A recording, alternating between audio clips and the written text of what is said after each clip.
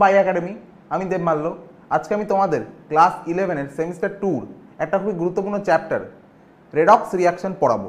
এই চ্যাপ্টার থেকে class 11-এর semester 2-তে total 3 নাম্বারের কোয়েশ্চেন আসে। এবার তোমরা ভাবে 3 নাম্বারের কোয়েশ্চেন তো এত বুঝেই ভালো করে পড়ার দরকার কি, 3টে মাত্র নাম্বার, কিন্তু এই 3টে নাম্বারের পিছনে আরও অনেক গুরুত্বপূর্ণ তথ্য লুকিয়ে আছে, যেগুলো পরবর্তী বিভিন্ন চ্যাপ্টারে, বিশেষ করে ইনঅর্গানিক কেমিস্ট্রিতে খুবই কাজে লাগে এবং ফিজিক্যালের বিভিন্ন চ্যাপ্টারেও খুব কাজে লাগে। তো আজকে এই চ্যাপ্টারটা আমরা শুরু করব, আজকে এটা পার্ট 1, এবং ধীরে ধীরে এই চ্যাপ্টারটা জেনে এর মেন বিষয়গুলো জেনে বুঝবো এবং এর অ্যাপ্লিকেশনগুলো দেখব, যাতে পরবর্তী চ্যাপ্টারগুলো আমাদের এটা অ্যাপ্লাই করতে সুবিধা হয়। ঠিক আছে, তো আজকে পড়াবো রেডক্স রিয়াকশন তার পার্ট 1। ঠিক আছে, রেডক্স রিয়াকশন পার্ট 1, ডায়াগ্রামটা দেখে ভালো লাগছে। রেডক্স রিয়াকশন, এই যে রেডক্স কথাটা,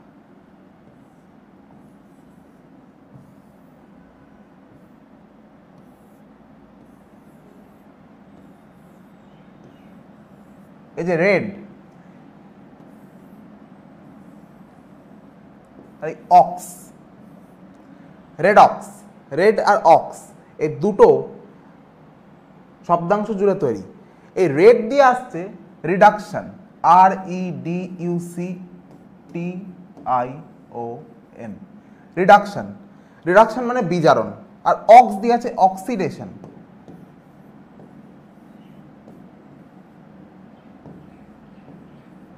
অক্সিডেশন মানে জারণ। রিডাকশন মানে বিজারণ থেকে এ রেড, আর অক্সিডেশন থেকে অক্স, এই দুটো শব্দাংশ নিয়ে জুড়ে তৈরি হয়েছে আমাদের চ্যাপ্টারের নাম রেডক্স। তা আমরা বুঝতেই পারছি চ্যাপ্টারটা নামটা দেখে যে এই চ্যাপ্টারটার মূল বিষয় জারণ বিজারণ ও বিজারণ বিক্রিয়াসমূহ, জারক বিজারক দ্রব্য, এই সব নিয়ে এই চ্যাপ্টারে আলোচনা আমরা করব। ঠিক আছে, তো দেখো প্রথম টপিক এই চ্যাপ্টারের জারণ ও বিজারণ। জারণ কাকে বলে? ধরো কোনো একটা মৌলের পরমাণু বা আয়নও হতে পারে। এবার ধরো জারণের ক্ষেত্রে ধরো মৌলটা ধরো সোডিয়াম, এই সোডিয়ামের একটা প্লাস চার্জ, মানে একটা ইলেকট্রন ঘাটতি, বা আমি বলতে পারি ধরো ক্যালসিয়াম Ca+, ক্যালসিয়ামের একটা ইলেকট্রন ঘাটতি আছে, তার মানে একটা প্লাস চার্জ। এবার যদি ক্যালসিয়াম কি করে, আরেকটা ইলেকট্রন ত্যাগ করে Ca2+ এ পরিণত হয়। যদি ইলেকট্রন ত্যাগ করে, যদি ইলেকট্রনটা এই পাশে লিখলাম, তো এই যে Ca+ থেকে Ca2+, এই যে ক্যালসিয়ামের যে জার্নি, এই জার্নিটা পড়ে জারণের মধ্যে। ঠিক আছে, এটা কি জারণ মানে কি? ইলেকট্রন ত্যাগ করেছে, ইলেকট্রন ত্যাগ করা মানে জারণ। আমি আগে খুব বাংলাদেশি সিনেমা দেখতাম, তো বাংলাদেশি সিনেমার একটা খুব ভালো ডায়লগ আমার মনে আছে, সেটা হলো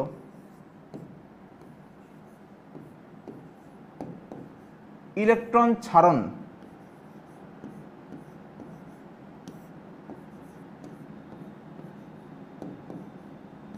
মানে জারণ। এই যে ডায়লগটা, এই ডায়লগটা তোমরা বেদ বাক্যের মতো খাতায় লিখে রাখো এভাবে, ইলেকট্রন ছাড়ন মানে জারণ। মানে কোনো একটা মৌলের পরমাণু বা আয়ন যাই হোক, যখন এটা ইলেকট্রন ত্যাগ করবে, ইলেকট্রন ছাড়বে, তখন সে জারিত হবে। এই জারণের ঠিক অপর জিনিসটা হচ্ছে মানে উল্টো পিঠ বিজারণ। বিজারণ মানে কি? ধরো আছে Na+, ঠিক আছে, একটু ভালো করে লিখছি, এই Na+ একটা ইলেকট্রন গ্রহণ করে Na-তে পরিণত হলো। এই যে Na+ যে Na-তে পরিণত হলো, এক্ষেত্রে সে কি করেছে? একটা ইলেকট্রন গ্রহণ করেছে। ওকে, তো এটা বাদিকে লিখলাম, ইলেকট্রন গ্রহণ করেছে, তাই Na-তে পরিণত হলো। মানে ইলেকট্রন গ্রহণ করেছে যে, তার মানে এ বিজারিত হলো, মানে সোডিয়ামের আয়নটা সোডিয়াম পরমাণুতে বিজারিত হলো। তো এটা হচ্ছে বিজারণ বিক্রিয়া, প্রক্রিয়াটাকে বলে বিজারণ। ঠিক আছে, আচ্ছা, তাহলে আমি যদি আগের পেজে বলেছিলাম জারণ বোঝানোর সময় যে ইলেকট্রন ছাড়ন মানে হলো জারণ, তাহলে কি জারণের ক্ষেত্রে ইলেকট্রন ছাড়লো, ঠিক বিজারণে কি হলো? বিজারণে তার উল্টোটা হলো। বিজারণ এখানে সোডিয়াম যা Na+ আয়নটা একটা ইলেকট্রন গ্রহণ করলো, তাহলে ইলেকট্রন গ্রহণ মানে বিজারণ। তো জারণে ইলেকট্রন ছাড়ে আর বিজারণে ইলেকট্রন গ্রহণ করে। তো এটা ভালো করে দেখে রাখো, ঠিক আছে। এবার এই জারণ আর বিজারণ এই টপিকটা তোমরা বুঝলে যে জারণ কি, বিজারণ কি, কিসের কিসের ক্ষেত্রে হয়, যেমন কোনো মৌলের আয়ন, পরমাণু, এগুলোর ক্ষেত্রে জারণ বিজারণ ঘটে, ঠিক আছে। এবার জারক ও বিজারক। জারক বিজারক কি? ধরো আমি একটা বিক্রিয়া বলছি, একটা SN2+ plus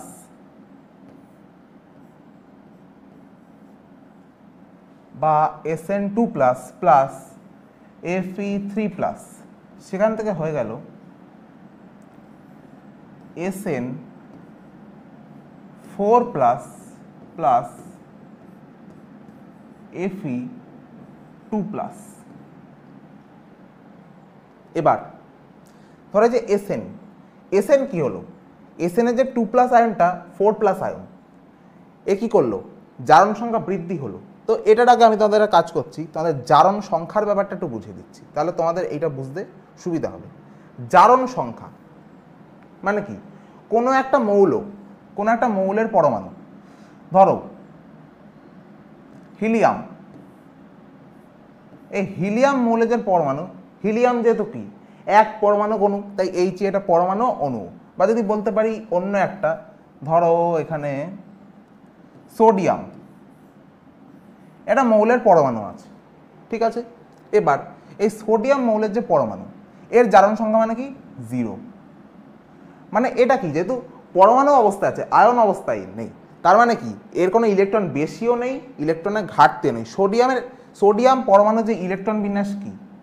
1s2 2s2 2p6, ঠিক আছে, 3s1। সোডিয়ামের পরমাণু ইলেকট্রন বিন্যাস হচ্ছে 1s2 2s2 2p6 3s1। এই জিরোটা রিপ্রেজেন্ট করছে এর কোনো ইলেকট্রন ঘাটতিও নেই, ইলেকট্রন বাড়তিও নেই, যা আছে স্টেবল অবস্থায় আছে, ঠিক আছে। এবার ধরো কি হলো, এই সোডিয়াম এই যে একটা এক্সট্রা যে 3s এর ইলেকট্রন, এটা যদি এই সোডিয়াম পরমাণুটা ত্যাগ করতে পারে, তাহলে সোডিয়াম পরমাণুটা কি? নিষ্ক্রিয় গ্যাস নিয়ন, নিষ্ক্রিয় গ্যাস নিয়নের ইলেকট্রন বিন্যাস লাভ করবে। সুস্থিত ইলেকট্রন বিন্যাস আমরা জানি। তাহলে কি করবে? যখন এই সোডিয়াম পরমাণুটা একটা ইলেকট্রন ত্যাগ করে এই ইলেকট্রনটা দূরে পাঠিয়ে দিল, ওকে,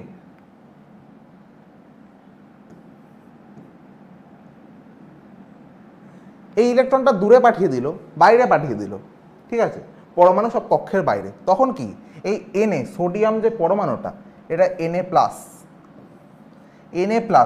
সোডিয়াম আয়নে পরিণত হলো, ঠিক আছে, এটা যে জারিত হলো। এবার এখানে প্লাস, এই যে প্লাসটা যে এখানে +1 লিখতে হয়, +1। তো এই +1টা হচ্ছে জারণ সংখ্যা, ঠিক আছে। তেমনই ঠিক ধরো ক্যালসিয়াম Ca2+, তো এই 2+ হচ্ছে ক্যালসিয়ামের যে আয়ন, তার জারণ সংখ্যা। তেমনই আগেরটাই আমি লিখলাম SN4+, তো এই 4+ যেটা, সেটা হচ্ছে এই SN এর যে আয়ন, তার জারণ সংখ্যা, ঠিক আছে।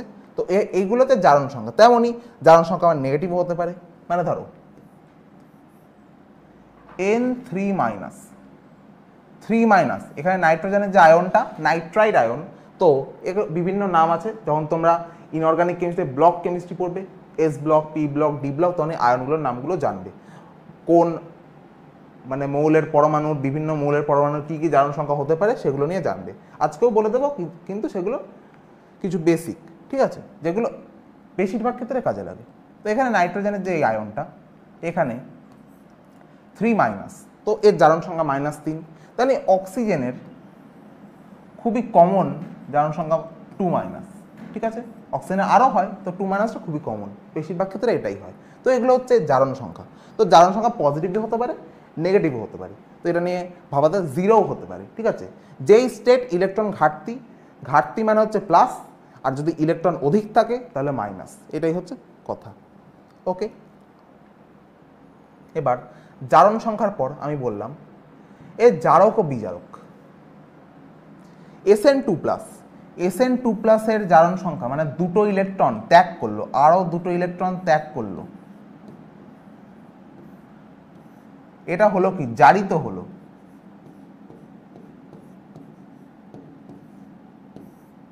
এই যে Sn2+ আরো দুটো ইলেকট্রন ত্যাগ করে জারিত হলো এবং Fe3+ কি করলো, Fe3+ একটা ইলেকট্রন গ্রহণ করলো, ঠিক আছে, একটা ইলেকট্রন গ্রহণ করলো, হলো কি এটা বিজারিত।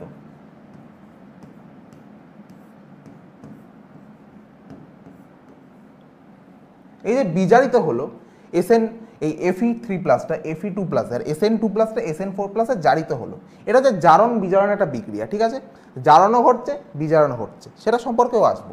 এবার ধরো এই Sn2+ থেকে Sn4+, এবার এই স্ট্রনশিয়ামটা নিশ্চয়ই কার একটা ইলেকট্রন নিয়েছে, নিশ্চয়ই বাইরের কারোর থেকে ইলেকট্রন নেয়নি, বিক্রিয়াটা যখন হচ্ছে যা যা উপস্থিত আছে তার মধ্যে থেকে নেবে, তো এই নিশ্চয়ই স্ট্রনশিয়ামের আয়নটা আয়রনের এই আয়নের থেকে ইলেকট্রন গ্রহণ করেছে, মানে ইলেকট্রন বর্জন করেছে। স্ট্রনশিয়ামের আয়নটা যখন 2+ থেকে 4+ হলো, জারিত হলো, মানে কি ইলেকট্রন ত্যাগ করেছে, ত্যাগ করে কাকে দিয়েছে, আয়রনের আয়নকে দিয়েছে। আর আয়রনের আয়ন কি করেছে, এই স্ট্রনশিয়ামের ছাড়া ইলেকট্রনগুলো গ্রহণ করে Fe3+ থেকে Fe2+ এ পরিণত হয়েছে, ঠিক আছে। তো জারক মানে কি, জারক মানে যে অপরকে জারিত হতে সাহায্য করে।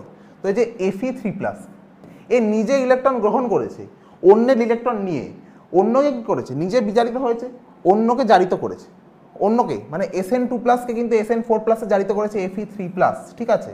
তো এই যে Fe3+ এরা একটা জারক দ্রব্য, অন্যকে জারিত হতে সাহায্য করেছে। তেমনই Sn2+ Sn4+ এ যে বিজারিত হয়েছে, মানে অন্যের থেকে ইলেকট্রন নিয়ে, ঠিক আছে, মানে সরি Sn2+ Sn4+ এ জারিত হয়েছে, সরি বলতে ভুল হয়ে গেছিল, যে Sn2+ Sn4+ এ জারিত হয়েছে, মানে কি অন্যকে ইলেকট্রন দিয়ে, মানে Fe3+ কি জারক দ্রব্য, যেহেতু ও কি করেছে Sn2+ কে Sn4+ এ জারিত করেছে, আর Fe3+ নিজে হয়েছে বিজারিত হয়েছে, তাই এটা জারক দ্রব্য। তো Sn2+ কি, Sn2+ এই যে Sn4+ এ জারিত হয়েছে, মানে অপরকে কি করেছে, এই যে Fe3+ কি Fe2+ এ করেছে কি বিজারিত করেছে, আর নিজে হয়েছে জারিত, তাই জন্য এটা হচ্ছে একটা বিজারক দ্রব্য, ঠিক আছে। তো বিজারক দ্রব্য এটা, জারক দ্রব্য এটা। এবার এই সময় তোমাদের কিছু বলে দিই যে ভালো ইলেকট্রন দাতা,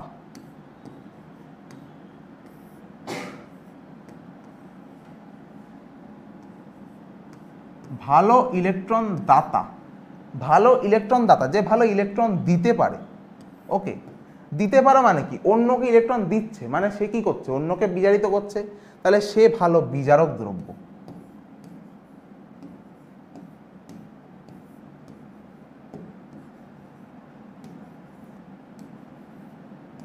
ওকে, আর তেমনি ভালো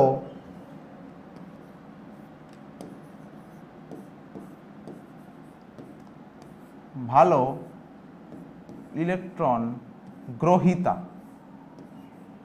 ওকে, ভালো ইলেকট্রন গ্রহীতা, যে ভালো ইলেকট্রন গ্রহণ করতে পারে সে কি করবে, নিজে ইলেকট্রন গ্রহণ করছে, অন্যের ইলেকট্রন নিয়ে, মানে অন্যই করছে জারিত করছে, তাহলে সে ভালো জারক দ্রব্য।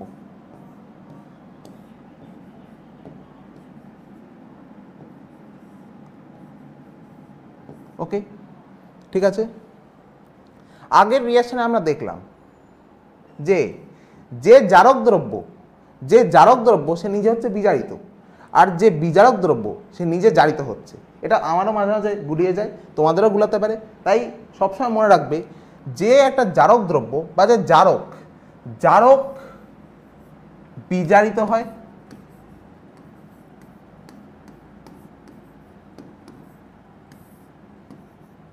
নিজে বিজারিত হয়, ঠিক আছে, জারক নিজে হয় বিজারিত, আর এই যে বিজারক, এই বিজারক নিজে জারিত হয়।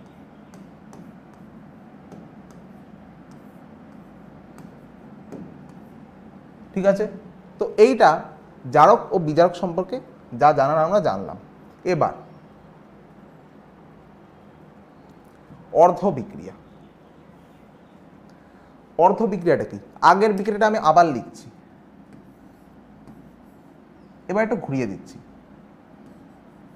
SN4 plus plus Fe2 plus, সেখান থেকে হলো SN2 plus plus Fe3 plus. এই যে বিক্রিয়াটা, এবার তোমরা এখানে বলবে এই দুটোর মধ্যে কে জারক দ্রব্য, কে বিজারক দ্রব্য, কে জারিত হচ্ছে, কে বিজারিত হচ্ছে। ভিডিওটা পজ করে এখনই কমেন্টে লিখে রাখো। এবার ভিডিও স্টার্ট করলাম। এবার বলছি, দেখো এই যে SN4 প্লাস থেকে SN2 প্লাস আর Fe2 প্লাস থেকে Fe3 প্লাস, এগুলো যে তৈরি হচ্ছে, এগুলোর ক্ষেত্রে এটা হচ্ছে একটা রেডক্স বিক্রিয়া, মানে জারণ বিজারণ বিক্রিয়া। এটা একটা রেডক্স বিক্রিয়া।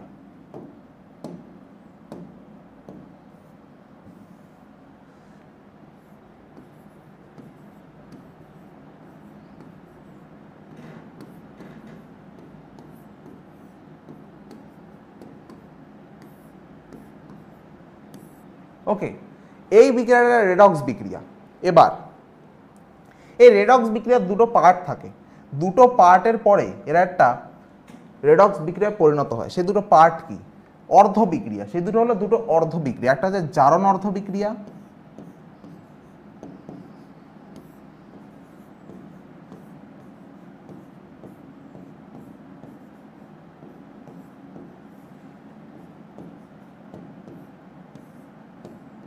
ওকে, আর একটা হলো বিজারণ অর্ধ বিক্রিয়া।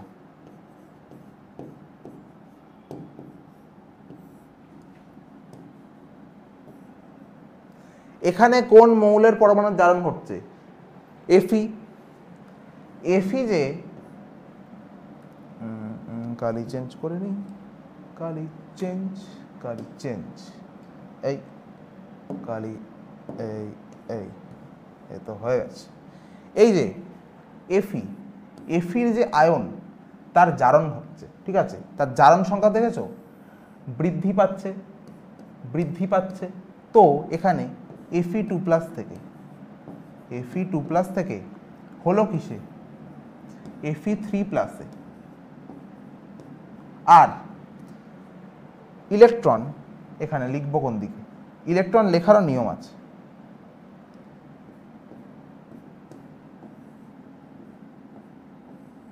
ওকে, এটা Fe2 প্লাস থেকে Fe3 প্লাসে। আর এখানে SN যে 4 প্লাস, SN4 প্লাস কি হলো? SN2 প্লাসে পরিণত হলো।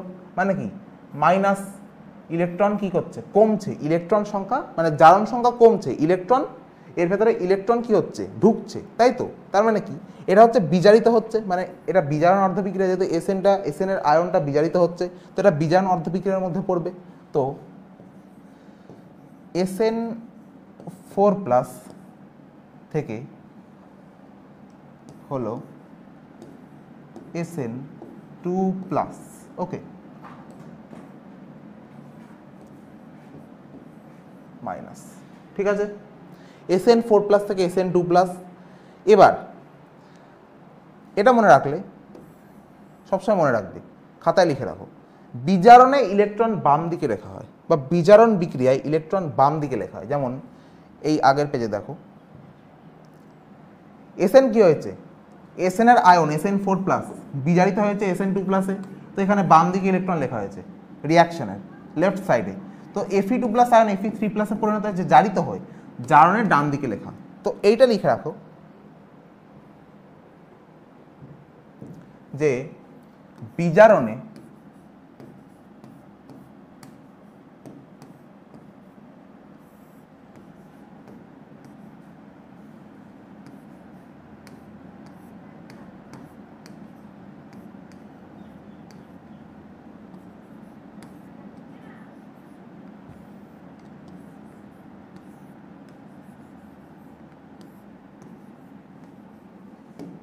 বিজারণে ইলেকট্রন বা দিকে লেখা হয়। বিজারণের বা দিকের ব দিয়ে মনে রাখবে, বিজারণে বা দিকে। তেমনই তাহলে কি হবে? জারণের ডান দিকে, উল্টো জিনিস, সোজা। এবার ধরো এই যে বিক্রিয়াটা, এখানে আমি যদি এর ইলেকট্রন কেটে দিই, তাহলে যদি দেখি SN4 প্লাস Fe2 প্লাস থেকে SN2 প্লাস Fe3 প্লাস। দেখো আবার ঘুরে ফিরে এই বিক্রিয়াটা পৌঁছে যাচ্ছি। তো এটা দেখেছো এই রেডক্স বিক্রিয়াটা একটা জারণ অর্ধ বিক্রিয়া, একটা বিজারণ অর্ধ বিক্রিয়ার সমষ্টি দিয়ে তৈরি হচ্ছে, ঠিক আছে। তো এখানে আমি লিখতে পারি যে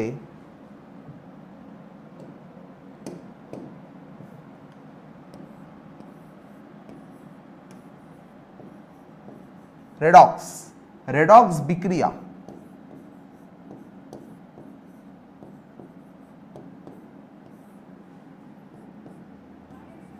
ইজ ইকুয়াল টু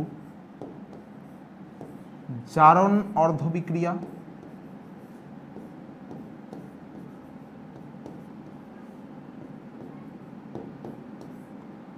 প্লাস বিজারণ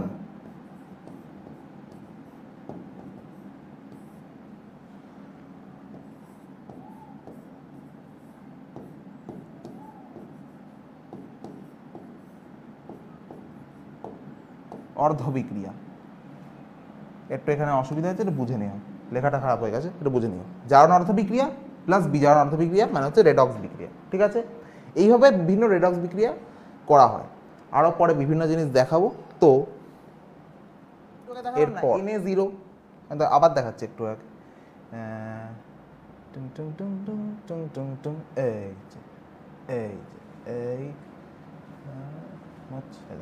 এই যে Na0 এই 0, তারপর এখন দেখালাম Cu0 Zn0।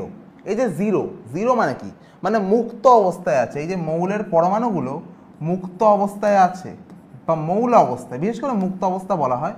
তো আমি এখানে মুক্ত অবস্থায় লিখছি।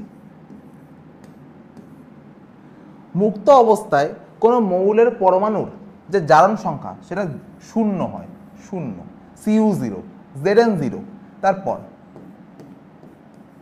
He0 হয়।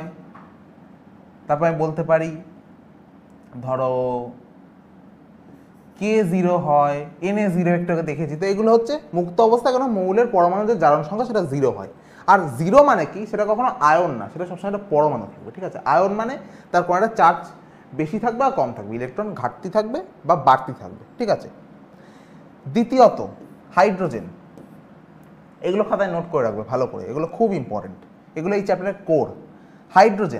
হাইড্রোজেনের বিভিন্ন জারণ সংখ্যা হয়, 0 হতে পারে, +1 -1। উদাহরণ দিয়ে বলছি, ধরো এখানে 1 নম্বর হাইড্রোজেনের ক্ষেত্রে যখন ধরো H2, এই যে হাইড্রোজেন অণু একটা দ্বিপরমাণু অণু, এখানে প্রত্যেকটা যে হাইড্রোজেন পরমাণু মানে এই H2টা কি, H বন্ড H, সেখানে হাইড্রোজেনের জারণ সংখ্যা 0, যেহেতু মুক্ত অবস্থায় আছে তার জন্য জারণ সংখ্যাটা 0, ঠিক আছে। 2 নম্বর কেসে ধরো HCl। এবার এইখানে জারণ সংখ্যা গণনার একটা ভালো নিয়ম বলে দিচ্ছি, যেইটা অধিক তড়িৎ ঋণাত্মক মৌল হবে। ধরো দুটো মৌলের মধ্যে মানে দুটো মৌল জুড়ে একটা যৌগ তৈরি করেছে, যেমন HCl, বা আমি বলতে পারি ধরো এখানে ধরো দেখাচ্ছি NaCl, ওকে NaCl। তো এই NaCl এর ক্ষেত্রে কি হবে, NaCl এর ক্ষেত্রে এই যে সোডিয়াম আর এই যে ক্লোরিন, এই ক্লোরিনটা সোডিয়াম হবে অধিক তড়িৎ ঋণাত্মক, তা যেটার নেগেটিভ চার্জটা বেশি তীব্র হবে সেটা নেগেটিভ আয়ন, আর যেটার পজিটিভ চার্জ বেশি তীব্র হবে অন্যটার চেয়ে সেটা পজিটিভ আয়ন দখল করবে, ঠিক আছে। তো এখানে ক্লোরিনটা যেহেতু কি, ক্লোরিনটা হচ্ছে কি হাইড্রোজেনের চেয়ে অনেক বেশি তড়িৎ ঋণাত্মক, তো এটা একটা নেগেটিভ চার্জ পাবে। তো হাইড্রোজেনের চার্জ হবে এখানে +1, ঠিক আছে। তো এখানে +1 হচ্ছে হাইড্রোজেনের জারণ সংখ্যা। এরই 3 নম্বর কেস, 3 নম্বর ধরো NaH, হাইড্রোজেনকে একটা নিউট্রাল পরমাণু, মানে তার যার সাথে যুক্ত হবে তার উল্টো নেচারে একটুখানি আবদ্ধ থাকবে, ঠিক আছে। এখানে ক্লোরিনের সাথে যুক্ত হয় +1, তো এখানে দেখো Na সোডিয়াম কি হাইড্রোজেনের চেয়ে অনেকটা বেশি তড়িৎ ধনাত্মক, তাহলে কি হবে সোডিয়াম এখানে +1 হবে। যেহেতু সোডিয়াম +1 হবে, হাইড্রোজেন তাহলে কি হবে, এর চার্জটা যাবে -1। তো এখানে সোডিয়ামের যে হাইড্রাইড, এখানে হাইড্রোজেনটা একটা নেগেটিভ চার্জ শো করছে, ঠিক আছে, এটা জারণ সংখ্যাটা -1। তো এখানে হাইড্রোজেন 3টে জারণ সংখ্যা হয়, একটা 0, একটা +1, একটা -1, ঠিক আছে। এগুলো তোমরা দেখলে। 3 নম্বরে লিখেছি এফ। এফ মানে হচ্ছে ফ্লুরিন। ফ্লুরিন কি? পেরিয়ডিক টেবিল, পর্যায় সারণীর যত মৌলের পরমাণু আছে সবচেয়ে ইলেকট্রোনেগেটিভ তড়িৎ ঋণাত্মক হচ্ছে ফ্লুরিন, ঠিক আছে। যেহেতু ফ্লুরিন সবচেয়ে তড়িৎ ঋণাত্মক, তাই এর জারণ সংখ্যা সর্বদা -1 হয়, সর্বদা -1। ফ্লুরিনের জারণ সংখ্যা সর্বদা হয় -1, যার সাথেই যুক্ত হোক না কেন। অক্সিজেনেরও হয়। অক্সিজেনের কীরকম হয়? অক্সিজেনের সঙ্গে ফ্লুরিন যুক্ত হলে কী হয় সেটাও বলবো। দেখো নেক্সট পেজে, এখানেই অক্সিজেন লিখে রেখেছি। অক্সিজেনের ক্ষেত্রে বিভিন্ন প্রকার হয়। অক্সিজেন মানে এক একজনের সাথে একটা চরিত্র দেখায়, ঠিক আছে। যদি বলে O2, এর কেস 1 হচ্ছে O2। O2তে কি হবে? O2 মানে কি? অক্সিজেন বন্ড অক্সিজেন, এরকম থাকে O2। তো এই O2তে এটা মুক্ত অবস্থায় আছে। অক্সিজেন যে অণুটা, তার পরমাণুগুলো মুক্ত অবস্থায় আছে, না আয়ন রূপে নেই, ঠিক আছে। তো এখানে যে অক্সিজেনের জারণ সংখ্যা হবে সেটা হবে 0, ঠিক আছে। H2-র মতো হাইড্রোজেনের 0, তো এখানে O2 0। এর কেস 2। এবার ধরো আমি তোমাকে বললাম, ধরো আমি বললাম H2O এটা অক্সাইড।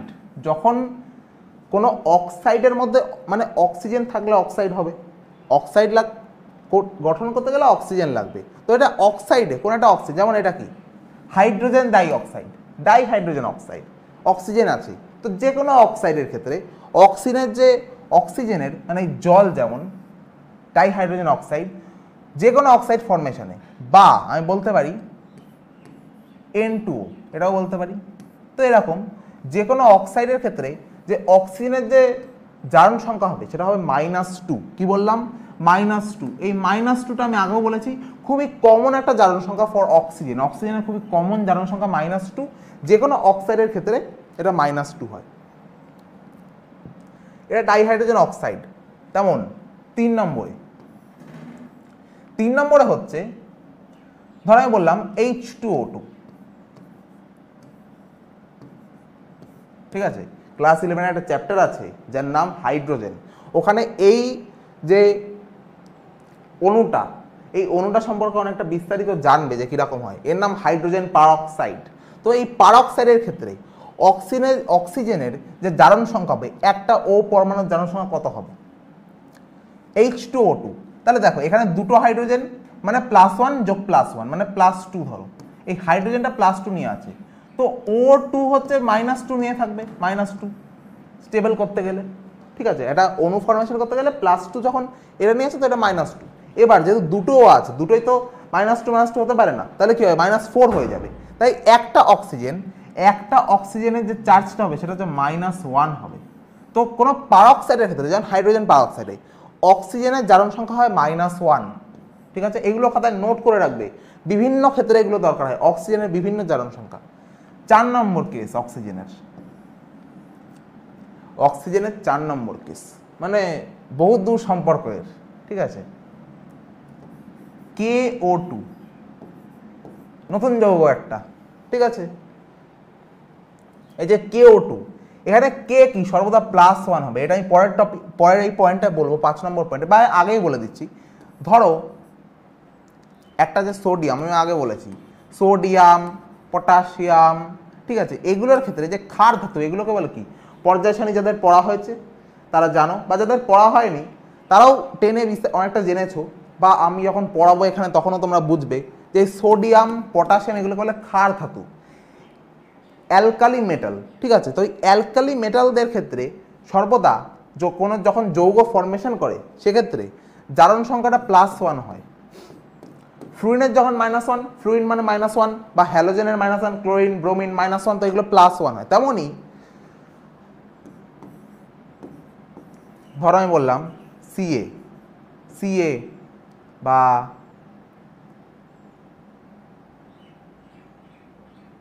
ধরো ক্যালসিয়ামই, ধরো ক্যালসিয়াম, তো বোঝা সোজা। ক্যালসিয়ামের ক্ষেত্রে এর জারণ সংখ্যা কত হবে? +2, ওকে। ধরো CaSO4, CaSO4, তো এখানে SO4টা কি, SO4টা হচ্ছে SO4 2-, তো এটা হবে 2+, তো ক্যালসিয়াম 2+ হিসেবে থাকে, মানে বিভিন্ন ক্ষারীয় মৃত্তিকা ধাতু অ্যালকালাইন আর্থ মেটালস +2 যে জারণ সংখ্যা সেটা বহন করে থাকে, ঠিক আছে। তো এখানে দেখো, এখানে পটাশিয়াম কি একটা অ্যালকালি মেটাল, ক্ষার ধাতু, তো এখানে এটা +1 চার্জ আছে। তাহলে O2 যে, এই O2টা কি বহন করবে, একটা O2টা বহন করবে -1। O2 মানে দুটো অক্সিজেন আছে, দুটো অক্সিজেন কি -1 পাবে না। -1 হলে কি হবে, -2 হয়ে যাবে, কোনো সাম্য থাকবে না এই যৌগটা, তখন সেখান থেকে কি হবে, এই যে O2 অণু, এখানে প্রত্যেকটা অক্সিজেন পরমাণু -1/2 জারণ সংখ্যা হবে।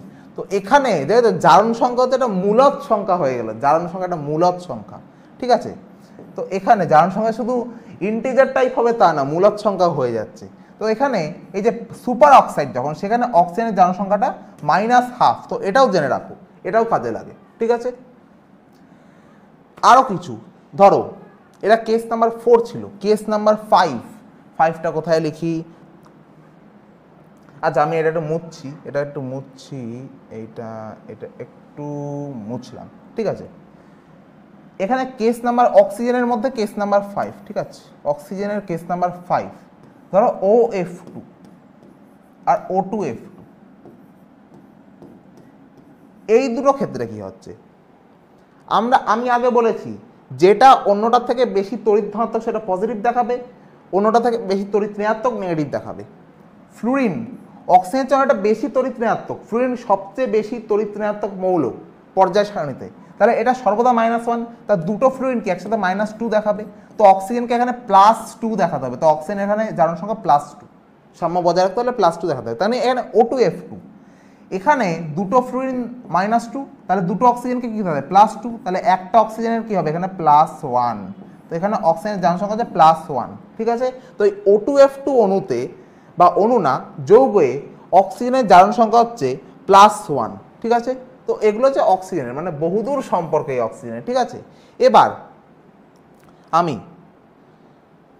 6 নম্বরে লিখেছিলাম নাম্বার 6, 6 নম্বরে লিখে গ্রুপ নাম্বার।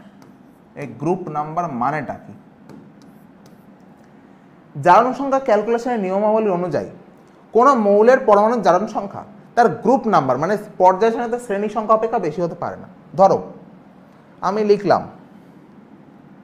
নাইট্রোজেন, ফসফরাস, বা আমি লিথিয়াম, সোডিয়াম, পটাশিয়াম, এই যে তিনটে মৌল এরা কোন গ্রুপে আছে পর্যায় সারণীর, ভিডিও পজ করে কমেন্টে জানাও, আশা করি জানিয়েছো। এবার দেখো লিথিয়াম, সোডিয়াম, পটাশিয়াম পর্যায় সারণী গ্রুপ 1-এ আছে, গ্রুপ নাম্বার 1, ওকে, 1 নম্বর গ্রুপে আছে। তো এক্ষেত্রে এদের জারণ সংখ্যা কি বললাম, আবার বলছি, গ্রুপ নাম্বার অপেক্ষা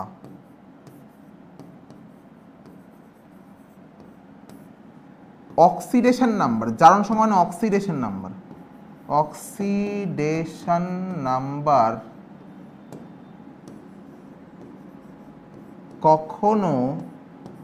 কখনোই বেশি হতে পারে না। গ্রুপ নাম্বার অপেক্ষা অক্সিডেশন নাম্বার কখনোই বেশি হতে পারে না। এগুলো গ্রুপ 1-এ আছে, তো এদের অক্সিডেশন নাম্বার কখনো 1-এর বেশি হবে না। তেমনি ক্যালসিয়াম, একটু বলা ক্যালসিয়াম গ্রুপ 2-তে আছে ক্যালসিয়াম, ঠিক আছে। তো এর গ্রুপ নাম্বার অপেক্ষা এর যে জারণ সংখ্যা +2 এর চেয়ে বেশি কখনোই হবে না, +2 অপেক্ষা বেশি, অ্যাবাভ +2 জীবনেও বাস্তবে সম্ভব নয়, ঠিক আছে। তেমনই ধরো মানে নর্মালি সময়, এবার মানুষ চেষ্টা করলে সব করতে পারে কিন্তু নর্মালি পসিবল না, ঠিক আছে। তেমনই এগুলো বুঝিয়ে দিলাম। এবার চলো, এবার জারণ সংখ্যা গণনার নিয়মাবলীতে অনেকগুলো পড়িয়ে দিলাম। 7 দাগ, এবার কোনো একটা মৌলের যে মানে বিভিন্ন মৌলদের যৌগ, কোনো যৌগের অণু, সেই অণুর ক্ষেত্রে কি করে জারণ সংখ্যা ক্যালকুলেট করবে। ধরো একটা উদাহরণ দিয়ে, সোজা উদাহরণ দিয়ে বলছি। ধরো H2S, ক্যালকুলেশনের আগে আমি বলছি এই যে H2S এ ধরো এই যে H2S এটা খুবই সুন্দর একটা মৌলের দুটো মৌল দিয়ে একটা যৌগ তৈরি করে একটা অণু তৈরি করেছে, খুব সুন্দর একটা অণু। এখানে এই যে একটা অণু, এর বাইরে দেখবে কোনো চার্জ নেই, এর বাইরে চার্জটা যখন লেখা হয় না, ধরো CaSO4 এই চার্জটা লেখালো, ক্যালসিয়ামের চার্জ +2, ক্যালসিয়ামের উপরে লেখা হবে। SO4 যে -2, তার SO4 এর উপরে লেখা হবে। এর বাইরে এই যে এরিয়াটা একটু মুছছি এটা, এই যে এরিয়াটা, এর বাইরে যদি কোনো চার্জ লেখা থাকে তাহলে ধরে রাখতে হবে সেটা সম্পূর্ণ যৌগের একটা চার্জ, ঠিক আছে, সেটা সম্পূর্ণ যৌগের একটা চার্জ। এবার যখনই কিছু লেখা থাকবে না তখন ধরে নিতে হবে এই সম্পূর্ণ যৌগের চার্জ শূন্য, যৌগের চার্জ শূন্য, ঠিক আছে, মানে এটা যৌগ। এর যখনই শূন্য হবে না তখন সেটা আয়ন হয়ে যাবে। যেমন কি ধরো আমি এখানে বলতে পারি NH4+, এই NH4+-এ কি বাইরে একটা চার্জ আছে না, নাইট্রোজেনের উপরে না, প্লাসটা আছে বাইরে। তো এই যে প্লাস চার্জ এটা বোঝাচ্ছে যে এটা একটা যৌগ না, এটা হচ্ছে একটা কি আয়ন, ঠিক আছে, একটা আয়ন যেটা একাধিক অণু নিয়ে তৈরি, ওকে, বা আয়ন নিয়ে তৈরি, একাধিক আয়ন নিয়ে তৈরি। NH4+ এর গঠনটা কীরকম হয় বুঝিয়ে দিয়ে তোমাদের, এটা একটা এক্সট্রা ইনফরমেশন জেনে রাখো। ধরো অ্যামোনিয়া, এই যে অ্যামোনিয়া আছে H একটা নিঃসঙ্গ ইলেকট্রন জোড়া আছে, বাইরে থেকে একটা H+ আয়ন, এই H+ আয়নকে এই নিঃসঙ্গ ইলেকট্রন জোড়াটা দেবে অ্যামোনিয়া, দেওয়ার পর ফর্ম করবে NH4+ আয়ন, NH+,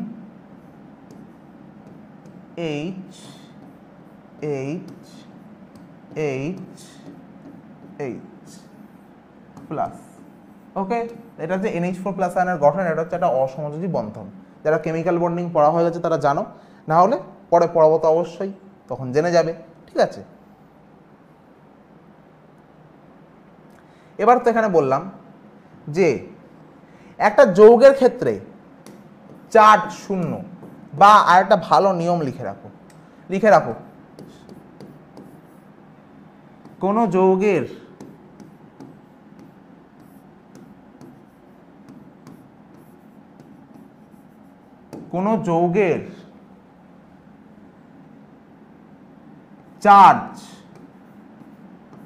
যৌগের চার্জের বীজগাণিতিক অ্যালজেব্রিক, ওকে, বীজগাণিতিক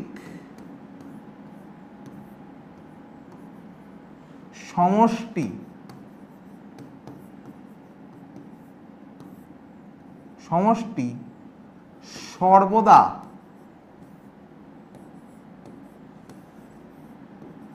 সর্বদা শূন্য হয়, অলওয়েজ জিরো, ওকে, সর্বদা শূন্য হয়, এটা খাতায় লিখে রাখো, ওকে।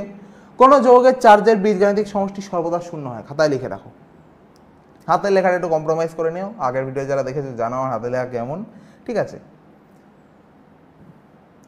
এবার হচ্ছে বিভিন্ন এক্সাম্পলে আসবো, তাকে আমি একটুখানি জল খেয়ে নিই, ঠিক আছে।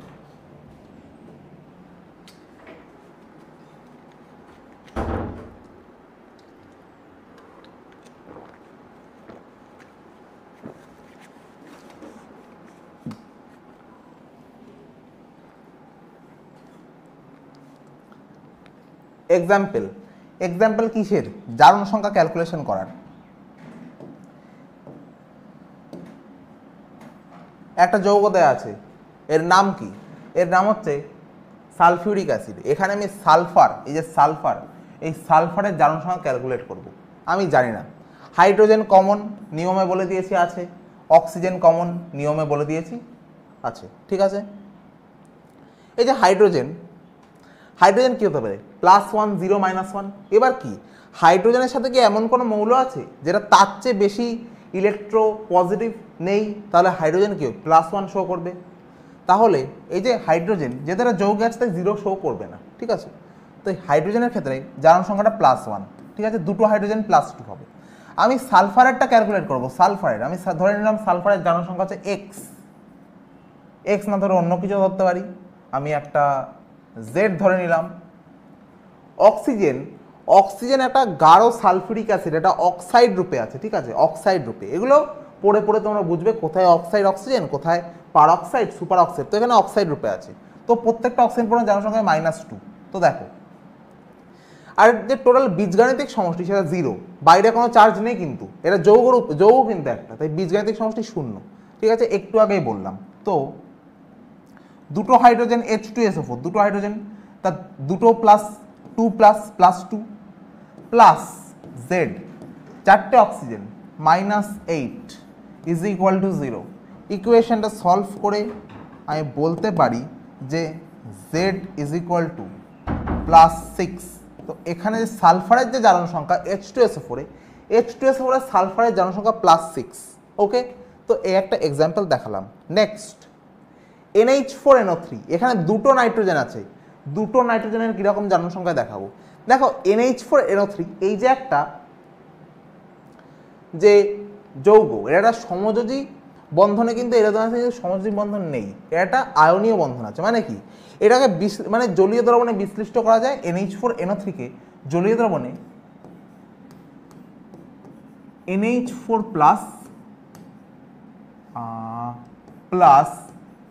NO3 মাইনাস অ্যামোনিয়াম আয়ন আর নাইট্রেট আয়নে ভাঙা যায়, বিয়োজিত করা যায় জলীয় দ্রবণে বা অন্য কোনো দ্রবণে। তো এখানে দেখো, এখানে দুটো বিশ্লিষ্ট হলো। এবার এই দুটো যে এই যে একটা যৌগ, এটা আয়নে বিশ্লিষ্ট হলো, এগুলো জানতে হয় আগে থেকে, ঠিক আছে। অন্য চ্যাপ্টার পড়লে বুঝবে, যখন যখন তোমরা পড়বে পি ব্লক কেমিস্ট্রি গ্রুপ 15, তখন এগুলো জানবে যে কি করে হচ্ছে এগুলো, ঠিক আছে। তো এখানে যে ভাগ হলো, এবার NH4+, এই NH4+ ধরে নাও নাইট্রোজেনের জারণ সংখ্যা x, আর এখানে NO3- এ y, ঠিক আছে।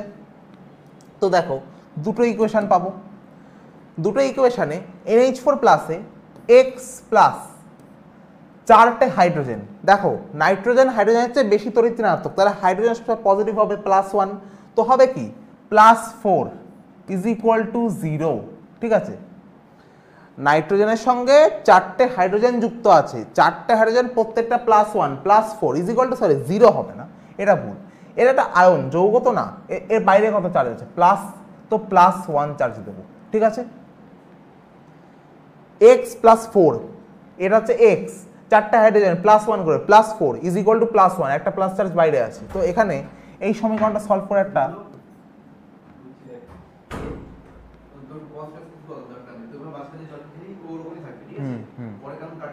ঠিক আছে, আচ্ছা ঠিক আছে। তো এখানে তোমরা দেখছো যে এই যে x, এটা হচ্ছে এই নাইট্রোজেনের যে জারণ সংখ্যা। তো এখানে ক্যালকুলেট করে আমি দেখতে পাচ্ছি x ইজ ইকুয়াল টু -3। তো এই -3, এই -3 হলো এই NH4+ অংশের নাইট্রোজেনের জারণ সংখ্যা। তেমনি NO3-, আমি ধরেছি y। তো আরেকটা ইকুয়েশন y, তার সঙ্গে তিনটে অক্সিজেন, কোনটা বেশি তড়িৎ ঋণাত্মক এক্ষুনি কমেন্টে জানাও, ভিডিও পজ করে। জানিয়েছো, দেখো কোনটা বেশি তড়িৎ ঋণাত্মক, অক্সিজেন বেশি তড়িৎ ঋণাত্মক নাইট্রোজেন অপেক্ষা, অক্সাইড রূপে আছে, নাইট্রেট আর অক্সাইড রূপে থাকে অক্সিজেন। তো সেক্ষেত্রে প্রত্যেকটা -2, তিনটে অক্সিজেন -6, তো -6 ইজ ইকুয়াল টু -1। সেখান থেকে নাইট্রোজেনের যে জারণ সংখ্যা পাবো সেটা হচ্ছে y ইজ ইকুয়াল টু +5। ওকে, তো এই যে যৌগটা, এই যৌগে যে দুটো নাইট্রোজেন, তাদের জারণ সংখ্যা যথাক্রমে -3 ও +5, ঠিক আছে। এবার তোমরা দেখবে Ca, এবার তোমরা যদি দেখো, আমি এটা বলে দিচ্ছি, ধরো এখানে ধরো এই নাইট্রোজেন বসালে +5 বা সরি -3 প্লাস চারটা হাইড্রোজেনের +4, চারটা হাইড্রোজেনের জন্য +5 -6, তো দেখো -9 + 9 কেটে হয়ে গেল 0। তো এই বীজগাণিতিক সমষ্টি 0 চলে আসলো। তো এইভাবে তোমরা ক্যালকুলেট করে বুঝে নিতে পারছো যে তোমাদের মেথডটা, ক্যালকুলেশনটা ঠিক আছে কিনা, ঠিক আছে। CaOCl, এই যে OCl পার্টটা, সরি এই যে OCl পার্টটা আর এই যে Cl পার্টটা তোমরা দেখতে পাচ্ছ, ক্যালসিয়াম অপেক্ষা কিন্তু দুটো পার্টই বেশি, এটা কিন্তু পার্টে বিভাজিত হবে, এই একটা পার্ট, এই একটা পার্ট, এই একটা পার্ট। তো এই দুটো পার্টই ক্যালসিয়াম অপেক্ষা কি বেশি তড়িৎ ঋণাত্মক। যেহেতু এই দুটোই ক্যালসিয়াম অপেক্ষা বেশি তড়িৎ ঋণাত্মক, সেক্ষেত্রে কি হবে, ক্যালসিয়াম আমরা জানি কি শো করে, ক্ষারীয় মৃত্তিকা তো +2 শো করবে, তো এই দুটো মিলে -2 শো করবে। এখানে আমরা জানি ক্লোরিন এটা হ্যালোজেন, তো এটা অবভিয়াসলি -1 শো করবে। তো এই ক্লোরিনের যে জারণ সংখ্যা -1 আমি বুঝে গেলাম, কিন্তু এটার কিন্তু -1 হবে না, কারণ এটা অক্সিজেনের সঙ্গে একটা অক্সিজেন একটা অক্সাইড রূপে যুক্ত আছে এর সঙ্গে, ঠিক আছে। তো এখানে OCl এটার পুরো জারণ সংখ্যাটা -1। তো আমি একটা সমীকরণ পাচ্ছি, ধরো এই ক্লোরিনের ধরে না x, এই ক্লোরিনটার জারণ সংখ্যা যেটা অক্সিজেন সেটা জারণ সংখ্যা দেয় x, তো x -2 ইজ ইকুয়াল টু -1। তো এখান থেকে আমি বুঝে যাচ্ছি যে x ইজ ইকুয়াল টু +1।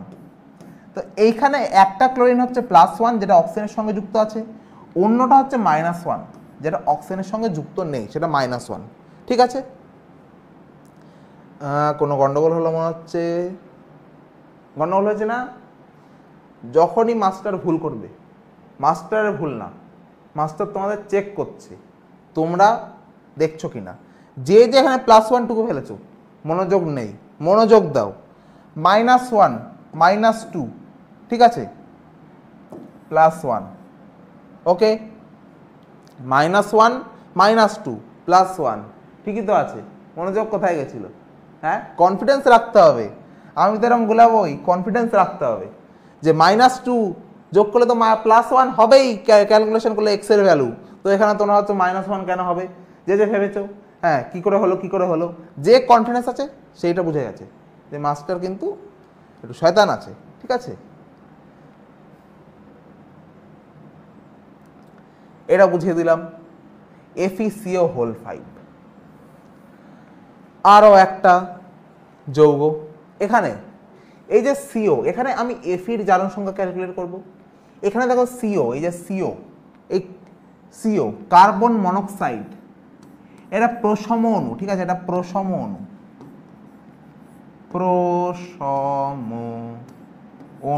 প্রশম অণু মানে কি, এটা কি মুক্ত অবস্থায় আছে, মুক্ত অবস্থা মানে কি জারণ সংখ্যা কিন্তু 0, এর জারণ সংখ্যা 0, ঠিক আছে।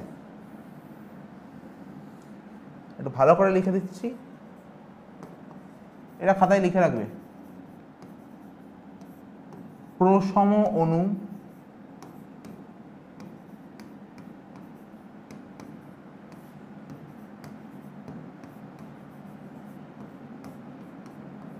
জারণ সংখ্যা 0, যেহেতু এটা 0 তাই Fe ধনাত্মক হোক ঋণাত্মক হোক কিচ্ছু যায় আসে না, সন্ধিগত মৌল বিভিন্ন দেখাবে কিন্তু জারণ সংখ্যা।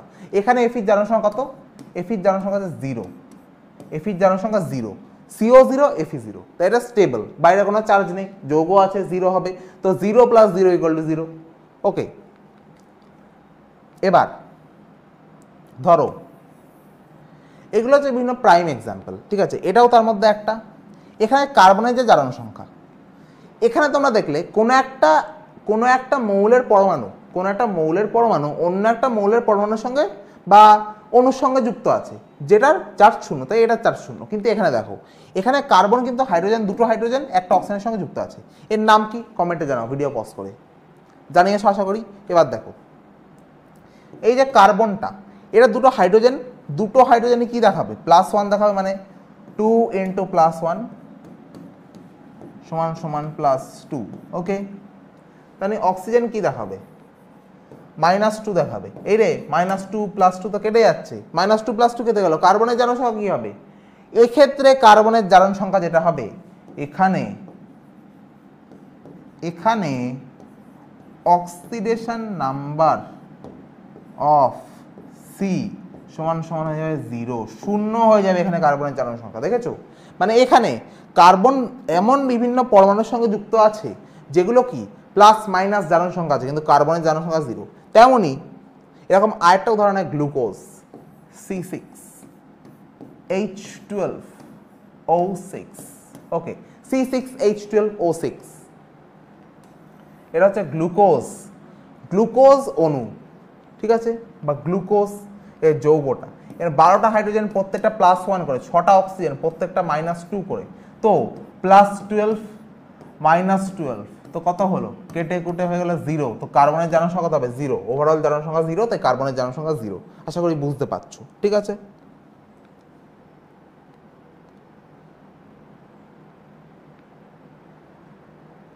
এই টপিকটা গেল। এবার হচ্ছে আর একটা এক্সাম্পলে আসবো, ঠিক আছে।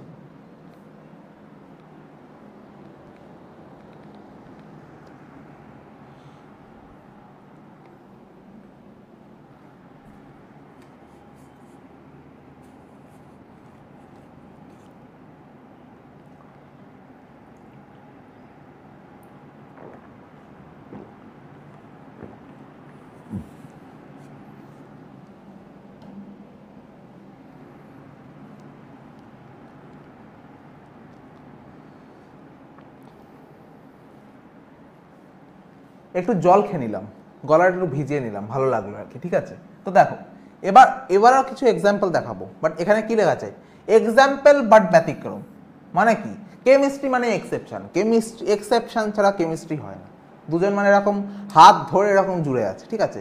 তো কিছু এক্সেপশন দেখো, এই যে ক্রোমিয়াম, এই যে ক্রোমিয়াম, যে এখানে ক্রোমিয়ামের জারণ সংখ্যা এক্স, তো এক্স এর মান কত, মানে ক্রোমিয়ামের জারণ সংখ্যা যৌগে CrO5 যৌগে কত সেটা জানতে হবে। তার আগে জেনে রাখো এই যৌগটার গঠন, এই গঠনটা ইম্পর্টেন্ট, খাতায় বানিয়ে রাখো, নোট করে রাখো, ঠিক আছে।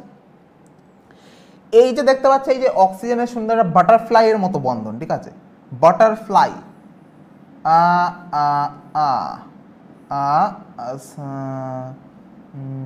ধরো এটা, এই যে একটা এক্স, ঠিক আছে, বা একটু ভালো করে বলি, ধরো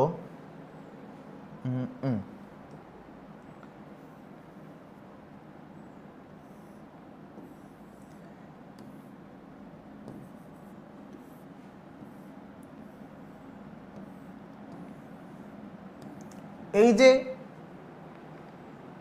স্ট্রাকচারটা এখানে দেখো, এই টাইপের একটা অক্সিজেন বন্ধন আছে, এই টাইপের একটা অক্সিজেন বন্ধন, এরকম দুটো আছে, এরকম দুটো আছে, এক্স এর দুপাশে দুটো, ঠিক আছে।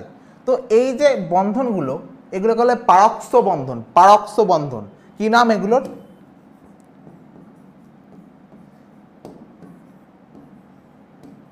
পারক্স বন্ড, ওকে, পারক্স বন্ধন বলা হয় এগুলোকে, ঠিক আছে, পারক্স বন্ধন, ঠিক আছে। গান্ধীর চশমা, গান্ধীর চশমা মানে কি, পারক্স বন্ধন, জেনে রাখো। তো এই যে এখানে দুটো পারক্স বন্ধন আছে, তাই এই যৌগগুলোকে পারক্সাইড টাইপ বলে, ঠিক আছে। তো এখানে দেখো CrO5, এক্সাম্পল বাট ব্যতিক্রমে, CrO5 এর যে স্ট্রাকচারটা দেখলে পারক্স বন্ড আছে কিন্তু এখানে, ঠিক আছে।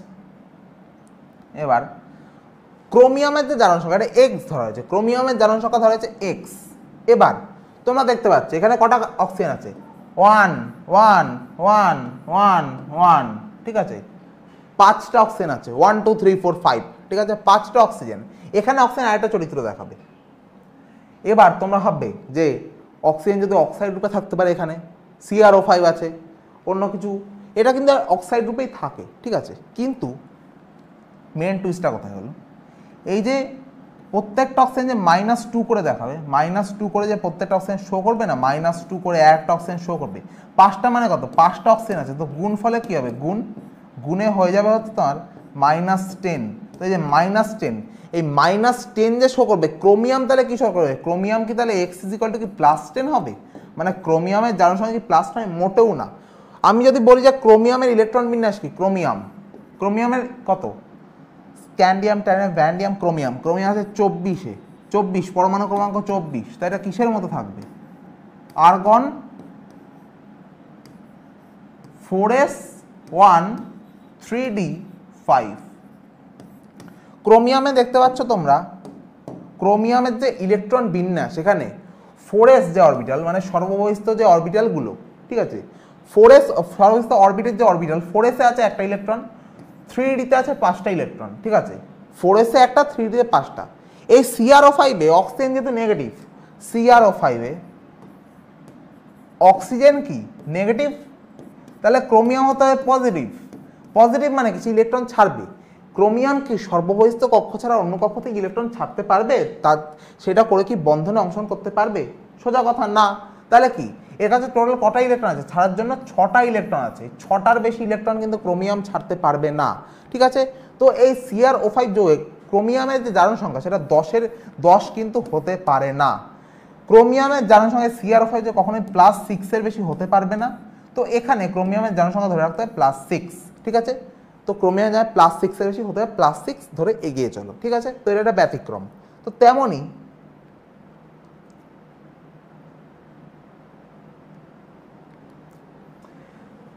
H2SO5 এখানে সালফারের জনসংখ্যা ক্যালকুলেট করবো, সালফারের জনসংখ্যা, ঠিক আছে। দেখো সালফারের জনসংখ্যা এই, আরে হয়ে যা, হচ্ছিস, হ্যাঁ হচ্ছে হচ্ছে এবার হচ্ছে, এই তো সালফারের জনসংখ্যা H2SO5 এর সালফারের জনসংখ্যা। H2SO5 এর গঠনটা দেখো, এর নাম হচ্ছে পারমনোসালফিউরিক অ্যাসিড, এর নাম পারমনোসালফিউরিক অ্যাসিড, ঠিক আছে। গ্রুপ 16 পি ব্লক গ্রুপ 16 পড়বে তোমরা ক্লাস 12-এ। তো এর গঠনটা দেখেছো, এখানে একটা ও ও বন্ড আছে, ও ও বন্ড, ঠিক আছে। এটা সাইকেলের চাকার মতো দেখতে, ও বন্ড, সাইকেলের চাকা বন্ড। এই সাইকেলের চাকা বন্ড ধরে রাখতে পারে নাম, ঠিক আছে। এই সাইকেলের চাকা বন্ডে প্রত্যেকটা অক্সিজেন যেগুলো যুক্ত আছে প্রত্যেকটা জনসংখ্যা হচ্ছে -1 হবে। দুটো অক্সিজেন যখন একটা একে অপরের সঙ্গে যুক্ত থাকবে বা দুয়ের বেশি, ধরে রাখো গাড়ির চাকা বন্ড, বড় গাড়িও তো হতে পারে। তো এই যে বন্ডের নামটা দিচ্ছি আমি গাড়ির চাকা বন্ড, গাড়ির চাকা বন্ড। এই গাড়ির চাকা বন্ডে প্রত্যেকটা অক্সিজেনের জারণ সংখ্যা কত হবে, -1 হবে, ঠিক আছে। এরা নোট করে রাখো। আর এই অক্সিজেনটা কত হবে, -2, এটা -2, এটা -2, ওকে, -2 -2 -2। দেখো তাহলে সালফারেরটা যদি আমি x ধরি, তো x প্লাস দুটো হাইড্রোজেন +2 মাইনাস কত হবে, -2 জারণ সংখ্যাযুক্ত অক্সিজেন করা আছে একটা, দুটো, তিনটে, তো মাইনাস হচ্ছে 6, -2 × 3 -6 মাইনাস সাইকেলের এই গাড়ির চাকা বন্ডে দুটো অক্সিজেন প্রত্যেকটা -1 তো -2 -8, তো এটা হয়ে যাচ্ছে -2 + 2 কেটে গেল। তো এখান থেকে হয়ে যাচ্ছে এর ভ্যালু যে টোটাল 0, তো x = 6 মানে +6, ঠিক আছে। x = +6।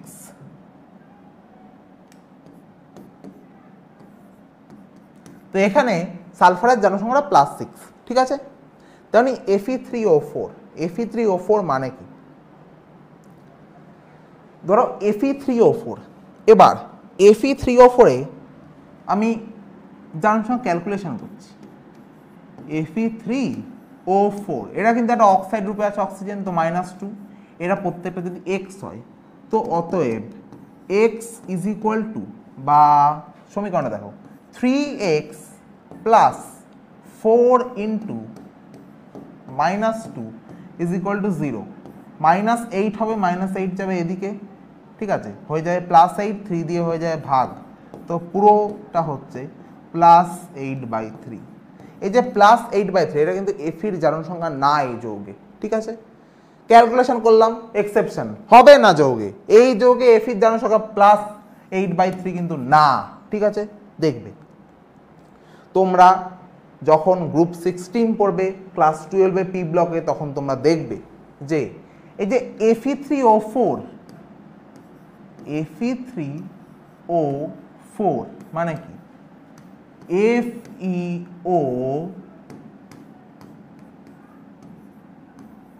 Fe2O3 ferrous oxide, ferric oxide, ferrous +2, ferric +3, জারণ সংখ্যাদের নাম আছে ফেরাস, ফেরিক, স্ট্যানাস্ট্যানিক। তো ফেরাস অক্সাইড, ফেরিক অক্সাইড দুটোর যে মিশ্রণে একটা সংযুতি, এই সংযুতি থেকে যে মিশ্রণ তৈরি করেছে এটা হচ্ছে ফেরোসোফেরিক অক্সাইড, এটার নাম ফেরোসোফেরিক অক্সাইড।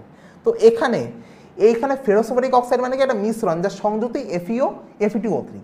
FeO মানে কি ফেরাস অক্সাইড, ফেরাস অক্সাইডে ফেরাস মানে কি +2, আয়রনের জারণ সংখ্যা +2, আর এখানে ফেরিক অক্সাইডে +3, ফেরিক +3 হবে। তো Fe2 এখানে Fe2O3 তে +3, তো এখানে ফেরোসোফেরিক অক্সাইডে আয়রনের দুটো জারণ সংখ্যা হবে, x = +2 হতে পারে, +3ও হতে পারে, ঠিক আছে। তো এটা x1 x2 ধরে রাখতে পারি। মানে এখানে যদি আমি বলি যে Fe তে x1, Fe2O3 তে x2, তো x1 হবে +2, x2 হবে +3। তো এইভাবে জারণ সংখ্যাটা ক্যালকুলেট করার দরকার হলো না, নাম দিয়ে বুঝে গেলাম কি জারণ সংখ্যা, ঠিক আছে। তো এইভাবে আমি তোমাদের কাছে কিছু জারণ সংখ্যার নিয়মাবলী পড়িয়ে দিলাম, প্রত্যেকটা জিনিস নিয়মাবলী উদাহরণ সব দেখিয়ে দিয়েছি, ঠিক আছে। পরের দিন কিছু টপিক নিয়ে আসবো যেগুলোর মধ্যে আছে শত জারণ বিজারণ, তারপর হচ্ছে তোমার মেন টপিক যেগুলো পরীক্ষায় আসে, এটা হচ্ছে বেস। এটা পরীক্ষায় কি আসে, পরীক্ষায় সমতা বিধান, দুটো পদ্ধতি আছে, সেই দুটো নিয়ে আলোচনা করব পরের দিন। তো আজকে অবধি থাক, আগামী দিন দেখা হবে। তোমরা সবাই এইটা ভালো করে রিভাইজ করে রাখো, পরের ভিডিওটা লেকচারটা যখন আপলোড হবে সঙ্গে সঙ্গে দেখবে, খুবই উপকার পাবে তোমরা। যা অসুবিধা আছে কমেন্টে জানাবে, চ্যানেলকে ফলো করো, সাবস্ক্রাইব করে রাখো, ভিডিও পছন্দ হলে অবশ্যই লাইক করবে। ভবিষ্যতে আরও অনেক সব চ্যাপ্টারে আমরা ভিডিও কভার করার চেষ্টা করব। ফিজিক্স ম্যাথের দেওয়া হচ্ছে, কেমিস্ট্রিরও দেওয়া হচ্ছে, ঠিক আছে। আগে 12-এর দেওয়া আছে, আজকে 11টা শুরু হলো, এরকম বিভিন্ন চ্যাপ্টার দেওয়া হবে। তো ভালো করে দেখে রাখো, এই চ্যাপ্টারটা ভালো করে রিভাইজ করে রাখো পরের দিন ভিডিও আসা অবধি। ততক্ষণ অবধি বাই বাই, ওকে।